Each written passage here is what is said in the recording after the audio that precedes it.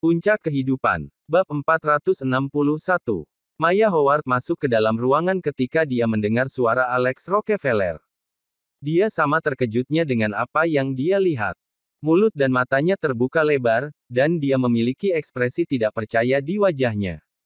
Yang bisa dia lihat hanyalah kamar Alex penuh dengan dedaunan hijau dan tanaman merambat, bahkan di tempat tidurnya. Itu tampak seperti adegan dari The Wizard of Oz. Ini, apa yang terjadi? Mengapa ada begitu banyak tanaman merambat? Aku juga tidak tahu. Sepertinya Ivy.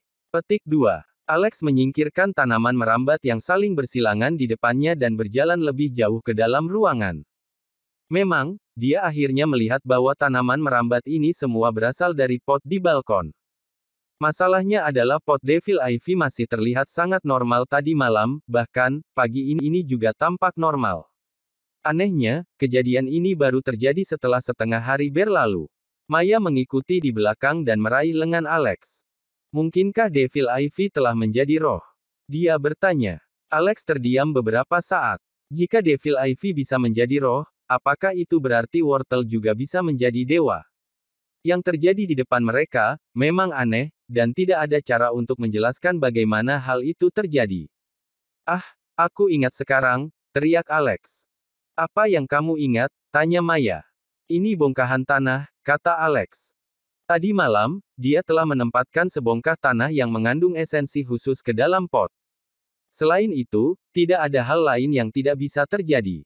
Tanah apa? Tanya Maya. Karena Maya adalah bagian dari keluarga, Alex tidak punya alasan untuk menyimpan rahasia darinya. Karena itu, dia memberitahu dia dari mana tanah itu berasal.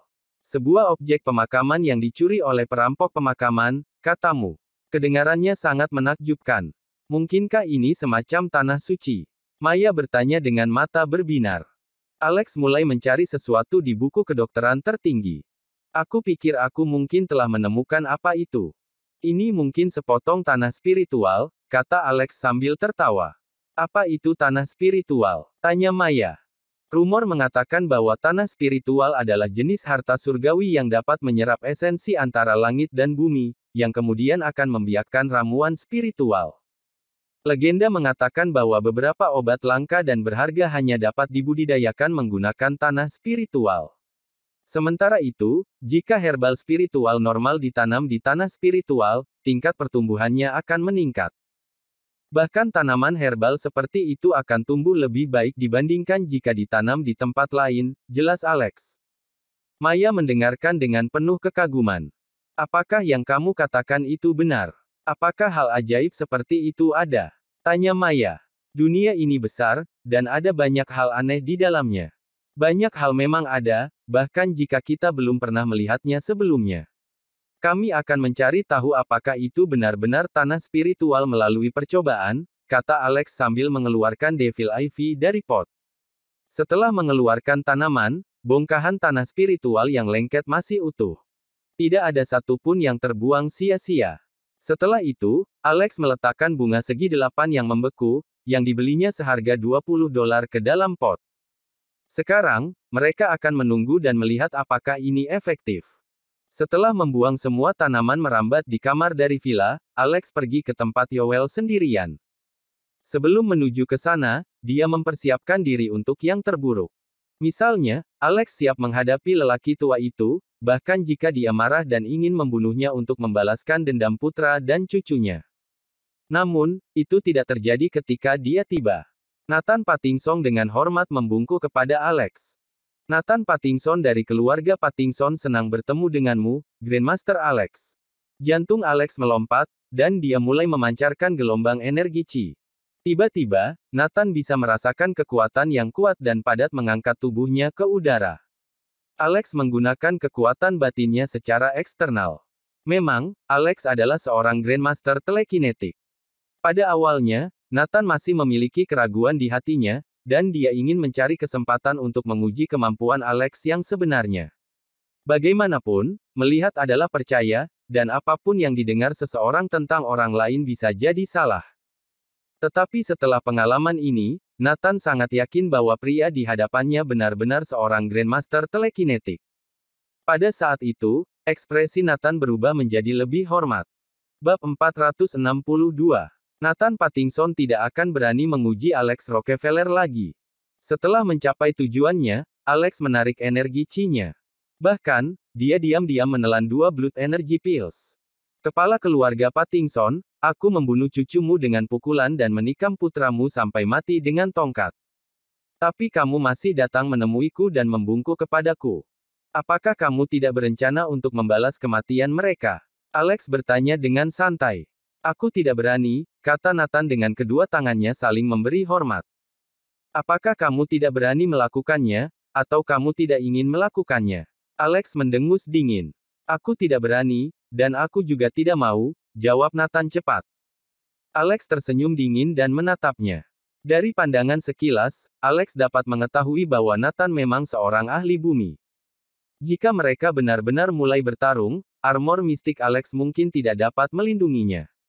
Dia kemungkinan besar akan dicambuk sampai mati. Tapi, karena Alex berpura-pura, dia tidak bisa malu-malu.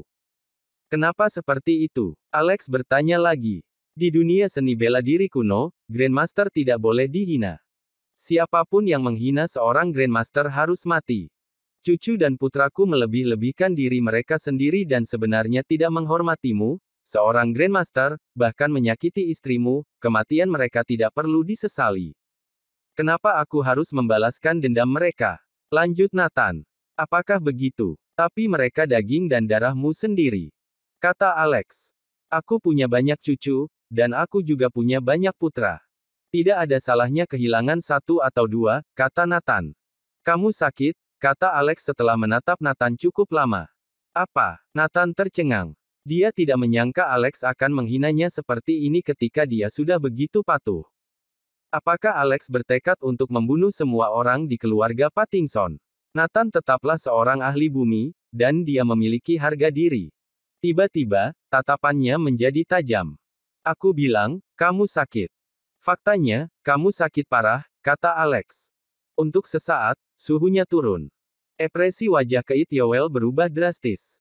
Dia tiba-tiba menarik Michelle Yowell mundur beberapa langkah, takut Nathan akan menyerang tanpa peringatan, meraihnya dan memaksa Alex untuk menyerah.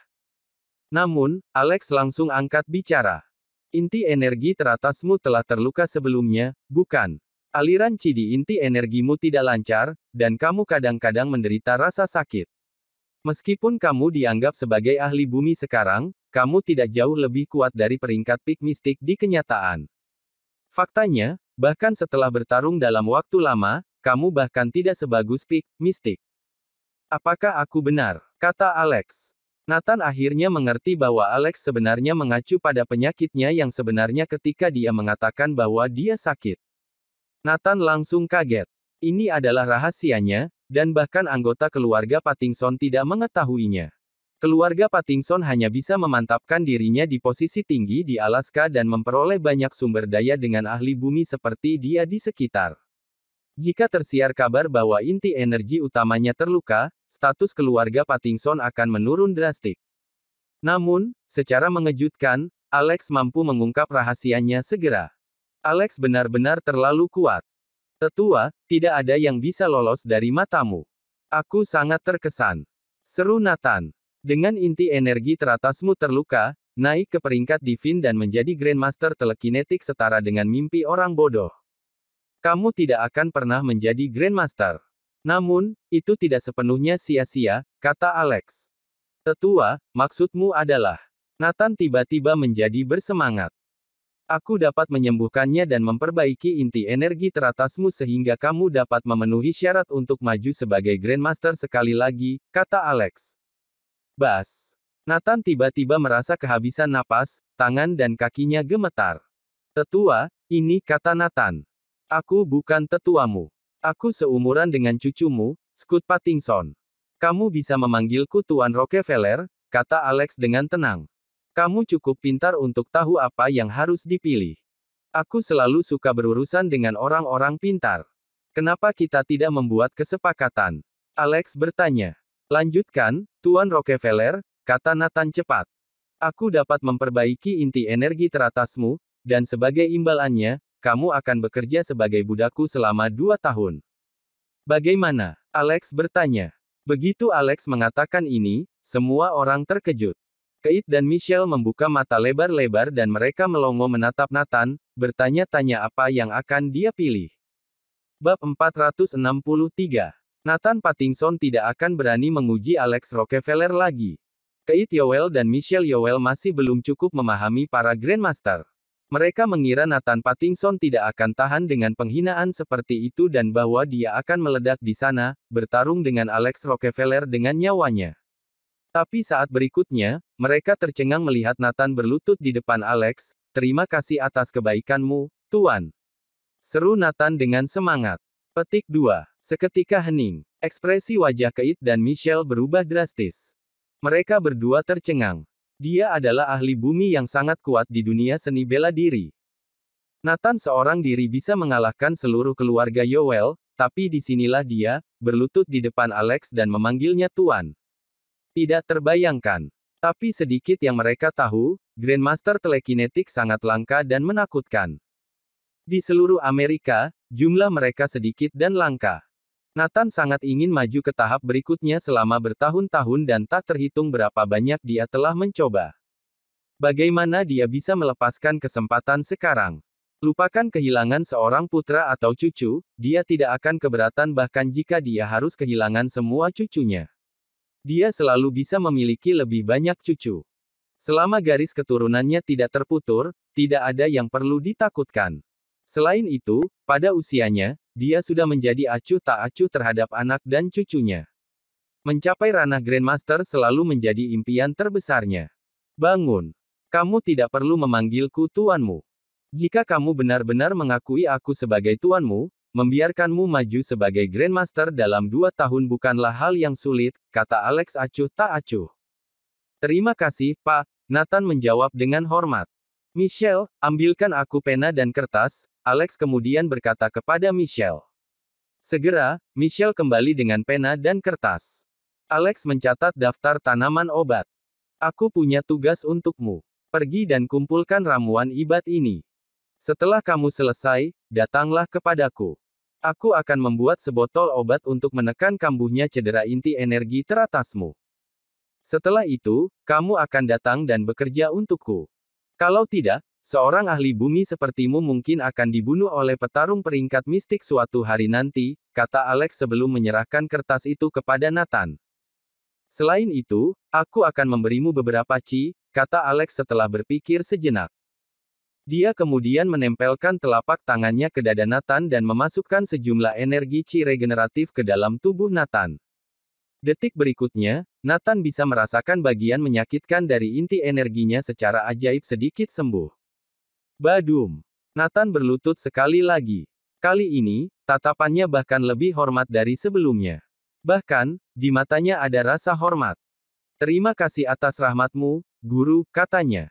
Pergilah. Kumpulkan ramuan ini secepat mungkin, kata Alex sambil melambai acuh pada Nathan.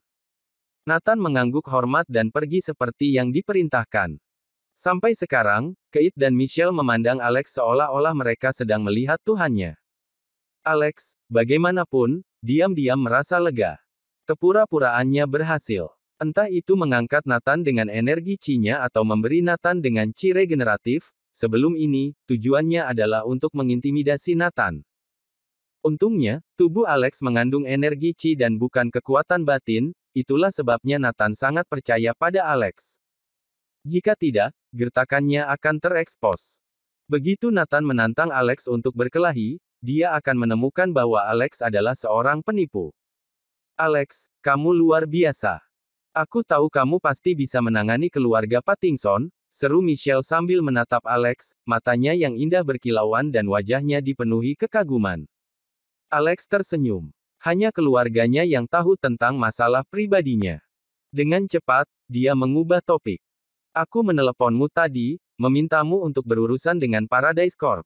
Kamu cukup efisien dan itu bagus, katanya. Ketika Alex dan Maya Howard berada di restoran prasmanan, Maya berbisik di telinganya untuk memberitahu dia bahwa sebagian besar bisnis Paradise Corp bergantung pada Yowell Group. Itulah sebabnya Alex menelepon Michelle dan memintanya untuk menyelesaikan masalah. Michelle tertawa dingin. Paradise Corp hanyalah sebuah perusahaan kecil. Hanya butuh beberapa menit untuk menghilangkannya.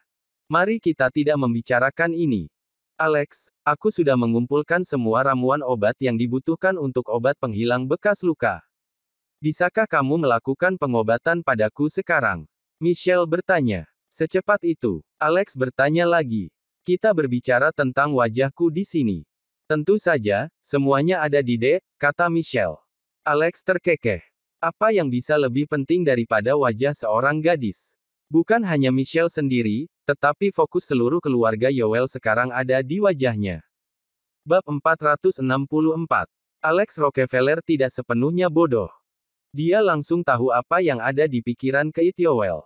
Alex berpura-pura menjadi seorang Grandmaster, memaksa keluarga Pattinson untuk tunduk, dan menjadikan Nathan Pattinson sebagai budaknya. Keith tidak sabar untuk membuat Michelle Yoel cantik lagi dan mengikatnya ke tempat tidur Alex. Setelah itu, Keith akan bisa menjaga Alex di sekitar keluarga Yoel. Sayangnya, Keith membuat niatnya terlalu jelas, dan bahkan jika Alex tidur dengan seorang wanita, itu bukan Michelle. Alex bahkan belum tidur dengan istrinya sendiri, Lady Dorothy Essex. Bawakan ramuan obatnya kepadaku. Aku akan menjemputmu setelah aku selesai membuat obatnya, kata Alex. Cobalah untuk mengumpulkan ramuan lainnya sesegera mungkin. Inti energimu telah rusak. Semakin cepat sembuh, semakin baik. Jika tidak, begitu penyakitnya terbentuk, fondasimu akan menjadi tidak stabil. Ini akan sangat mempengaruhimu di masa depan. Kata Alex. Jangan khawatir, aku sudah memberitahu semua orang dari seluruh negeri untuk mengumpulkan bahan-bahan itu. Selain itu, dalam 7 hari, sebuah konferensi untuk bertukar ramuan obat yang berharga akan diadakan. Tidak hanya akan ada lelang, tetapi perdagangan bebas juga akan diizinkan.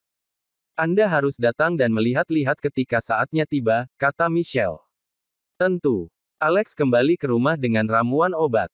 Setelah makan, dia mulai membuat tanah liat obat Michelle. 2 jam kemudian dan dia telah menyelesaikan pembuatan tanah liat obat penghilang bekas luka. Dia menyimpannya dalam wadah dan meletakkannya di lemari es. Tiba-tiba, dia mendengar tawa seorang gadis. Setelah memperhatikan lebih dekat, dia menyadari bahwa itu sebenarnya berasal dari kolam renang. Maya Howard dan Walt Fleur ada di sana berenang. Mengenakan bikini cantik, tubuh seksi dan menarik mereka adalah impian terliar setiap pria. Aku berkeringat. Bolehkah aku bergabung denganmu? Alex bertanya dengan lemah sambil menatap kedua putri duyung yang cantik itu. Keesokan harinya, di area Villa Golden Manor. Usai jogging pagi di kawasan itu, Serena White pulang ke rumah untuk mandi. Dia kemudian menemukan titik hitam seukuran koin tembaga di bawah pusarnya. Pada awalnya, dia pikir itu semacam kotoran, tapi dia tidak bisa membersihkannya bagaimanapun caranya. Bahkan, itu menyakitkan ketika disentuh. Apa itu? Apakah itu memar? Dia tiba-tiba teringat apa yang dikatakan Alex ketika dia pergi kemarin. Dia mulai khawatir, tetapi dia dengan cepat menolak gagasan itu. Alex bukan dewa. Bagaimana dia bisa memprediksi situasi semacam ini? Hari ini, Serena membuat janji dengan dokter ajaib California, James Coney, untuk memeriksa kondisi medisnya. Betul sekali. Dia datang jauh-jauh ke California untuk menemui James Coney. Pukul 8:30, dia pergi ke Ganoderma. Setelah James bertemu dengannya, dia menghabiskan setengah hari memeriksa denyut nadinya. Dia menggelengkan kepalanya. Nyonya Wai, maaf, aku khawatir keterampilan medisku yang lebih rendah, sepertinya aku tidak dapat menentukan apa yang salah dengan denyut nadimu. Aku belum pernah melihat ini sebelumnya, dan aku tidak dapat membantumu, kata James. Apakah kamu baru saja mengatakan bahwa kamu belum pernah melihat ini dan kamu tidak dapat membantuku? Serena meninggikan suaranya. Apakah kamu bercanda? Bukankah kamu seorang dokter ajaib California? Bagaimana mungkin kamu tidak melihat ini? Apakah kamu bahkan tahu bagaimana menyembuhkan orang dari penyakit mereka? Apa mungkin kamu benar-benar penipu? Dia menggeram. Tepat pada saat itu, Cheryl Coney datang ke pihak mereka. Nona, tolong perhatikan nada bicaramu. Tentu saja, kakek saya bukan penipu. Namun terkadang, kemampuan seseorang memiliki keterbatasan. Tidak ada satu dokter pun yang dapat mengklaim bahwa dia menyembuhkan semua jenis penyakit. Jika itu kanker, tidak ada yang bisa dilakukan kakekku, kata Cheryl. Apa? Beraninya kau mengutukku? Teriak Serena. Memukul. Serena sangat marah, menamparkan wajah Cheryl dengan keras. Cheryl mundur selangkah. Terkejut dan marah, dia berteriak, bagaimana kamu bisa memukulku? Aku tidak hanya punya nyali untuk memukulmu, tapi aku juga punya nyali untuk meruntuhkan klinik jelek ini. Apakah kamu akan percaya? Aku datang jauh-jauh dari Hong Kong, berpikir bahwa dokter ajaib itu benar-benar ada. Ternyata dia seorang dukun. Memang, orang yang mengamalkan obat tradisional semuanya penipu, teriaknya dengan marah. James tampak sangat marah. Seseorang, buang orang ini. Ganoderma memiliki penjaga keamanan sendiri, dan dua dari mereka segera datang. Pada akhirnya, bang, kedua satpam itu langsung dirobohkan oleh bodyguard Serena. Runtuhkan klinik yang buruk ini. Serena memerintahkan dengan keras. Jadi salah satu pengawalnya berlari keluar dan mulai merobohkan papan nama itu. Secara kebetulan, seorang pria muda masuk dan menendang penjaga, membuatnya terbang sebelum menabrak Serena. Terjatuh, Serena berteriak marah. Bab 465. Orang yang datang tidak lain adalah Alex Rockefeller. Dia di sini untuk membeli jamu tradisional. Setelah selesai membuat obat krim bekas luka Michelle Yowell tadi malam, dia masih membutuhkan ramuan tambahan tradisional untuk dicampurkan saat menggunakan obatnya. Itu sebabnya dia datang ke Ganoderma. Yang mengejutkan, seseorang akan merobek papan Ganoderma ketika dia tiba-tiba. Itu keterlaluan. Alex Rockefeller. Cheryl Coney berteriak kegirangan saat melihat Alex masuk, dan dia langsung berlari ke arahnya. Alex memperhatikan sidik jari di wajahnya dan marah. Siapa yang menamparmu? Dia bertanya. Tergerak oleh perhatian yang diberikan Alex, Cheryl menangis. Seorang pasien di Ganoderma menunjuk Serena Wai, yang sekarang tergeletak di tanah. Wanita ini yang memukulnya. Dia datang menemui dokter ajaib, James Coney, tetapi ketika dia mengatakan dia tidak dapat membantunya, dia mulai berteriak. Dia tidak hanya menamparkan cucu dokter Coney, dia bahkan ingin meruntuhkan tempat ini. Dia sangat arogan. Baru saat itulah Alex memperhatikan Serena. Ini sebenarnya kamu, gerutu Alex dan berkata. Serena menjadi marah ketika dia melihat Alex. Kamu pembohong. Apakah kamu bersekongkol dengan orang-orang ini? Cukup menjelaskan. Aku harus tahu. Tidak ada dokter ajaib di Amerika. Setiap orang adalah penipu, dan siapapun dapat menyebut diri mereka sebagai dokter ajaib. Ini lelucon, kata Serena. Dia kemudian bangkit dan menunjuk pasien. Aku menyarankanmu untuk tidak datang ke sini lagi. Obat tradisional hanya gimik untuk mengelabui orang. Jika kamu benar-benar sakit, pergilah ke rumah sakit yang tepat. Bagaimana kamu akan sembuh dengan makan rumput? Berhentilah menjadi orang bodoh, bentak Serena. Begitu Serena mengatakan itu, seseorang menamparnya. Arg. Setengah dari wajah Serena memerah. Dia menatap Alex tidak percaya. Aku warga negara Hong Kong yang tinggal di luar negeri. Beraninya kau memukulku. Dia berteriak dengan nada marah. Memukul. Alex menamparnya lagi. Ia memukulnya begitu keras sehingga dia berputar dan jatuh lagi. Tamparan pertama adalah apa yang pantas kamu dapatkan. Tamparan kedua untuk Dr. Coney. Memukul. Setelah Alex selesai berbicara, dia menamparkan Serena lagi. Tamparan ketiga atas nama semua orang yang mempraktekkan pengobatan tradisional, tambah Alex. Kamu dapat memilih untuk tidak mempercayai pengobatan tradisional, dan pengobatan tradisional tidak memerlukan wanita sepertimu untuk mempercayainya. Tetapi, kamu tidak bisa memfitnahnya. Pengobatan tradisional di Amerika adalah esensi penting yang diturunkan selama bertahun-tahun. Itu menyelamatkan nyawa yang tak terhitung jumlahnya, dan kamu tidak boleh memfitnahnya, teriak Alex. Klap, klap, klap, klap, klap. Banyak pasien di klinik mulai bertepuk tangan. Semua orang ini adalah orang-orang yang percaya pada pengobatan tradisional. Di antara pasien Ganoderma, banyak dari mereka telah mempercayai Dr. Coney seumur hidup mereka. Mereka tidak akan pernah mencari dokter modern untuk pemeriksaan medis atau resep. Ganoderma adalah satu-satunya klinik yang akan mereka kunjungi.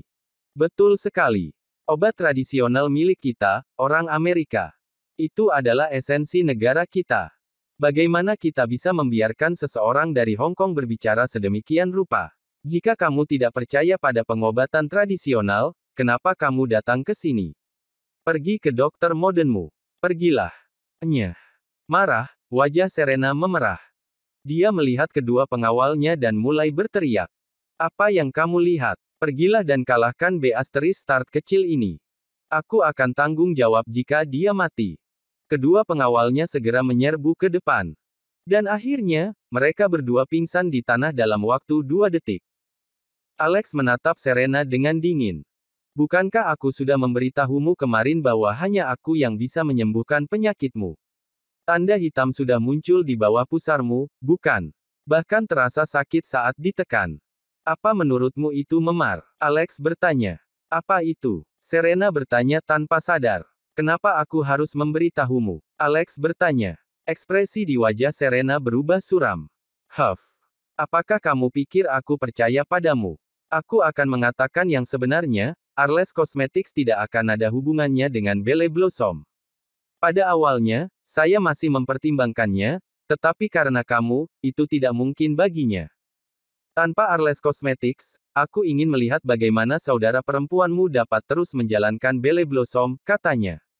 Alex tertawa dingin. Saya harap Anda masih terdengar yakin seperti ini dalam 2 hari, katanya. Serena mencibir dan berlari keluar tanpa mempedulikan pengawalnya. Bersambung.